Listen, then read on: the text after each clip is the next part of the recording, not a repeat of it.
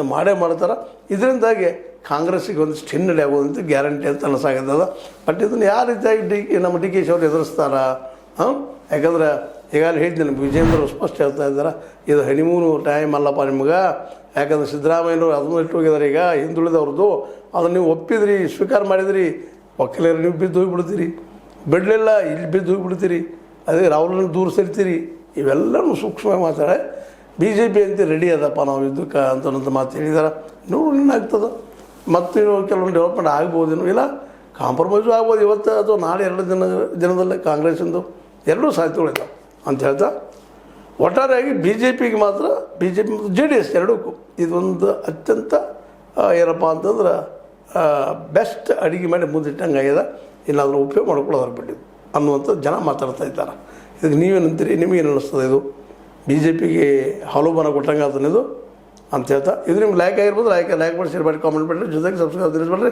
H16 news ಅರ್ಥಾತ್ ಸಿದ್ದರಾಮಯ್ಯದು ಸತ್ಯದ ಕೈಗನ್ನಡಿ ವಂದನೆಗಳು. ಆತ್ಮೀಯ ಸಾರ್ವಜನಿಕರಲ್ಲಿ H16 ಅರ್ಥಾತ್ ಸೀತಾರಾಮದಿಂದ ಒಂದು ಮನವಿ. ಈ ಸಂಸ್ಥೆ ಭ್ರಷ್ಟಾಚಾರ, ಅನ್ಯಾಯ, ಅತ್ಯಾಚಾರಗಳಿಂದ ನೊಂದವರ ವೇದಿಕೆ. ಅನ್ಯಾಯಕೋರರ, ಭೂಗಳ್ಳರ, ನಶಾ ಸಾರಾಯಿ ಮಾಫಿಯಾಗಳ ವಿರುದ್ಧದ ಧ್ವನಿ. ರೈತರ, ಕೂಲಿಕಾರ, ಕಾರ್ಮಿಕರ, ಬಿದ್ದ ಸಮುದಾಯ ಜನರ ಧ್ವನಿ. ಬೆಂಬಲವಾಗಿ ನಿಂತು ತನುಮನ ಧನದ ಸಹಾಯಕ್ಕೆ ಸಾರ್ವಜನಿಕರಲ್ಲಿ ಕೋರಿಕೆ. ದಾನದ ಸಹಾಯ ನೀಡಿ ಸ್ವಾತಂತ್ರ್ಯ ಪತ್ರಿಕೋದ್ಯಮ ಉಳಿಸಿ ಬೆಳೆಸಿ. ವಂದನೆಗಳು. ತಮ್ಮನ್ನೇ ನಂಬಿರುವ ಮಲ್ಲಪ್ಪ ಇ ಜೋತಾವರ್.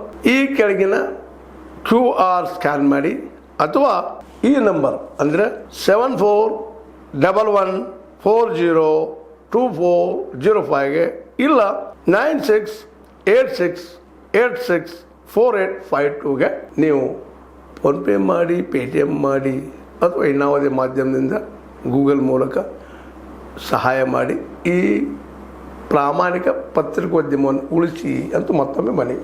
ವಂದನೆಗಳು.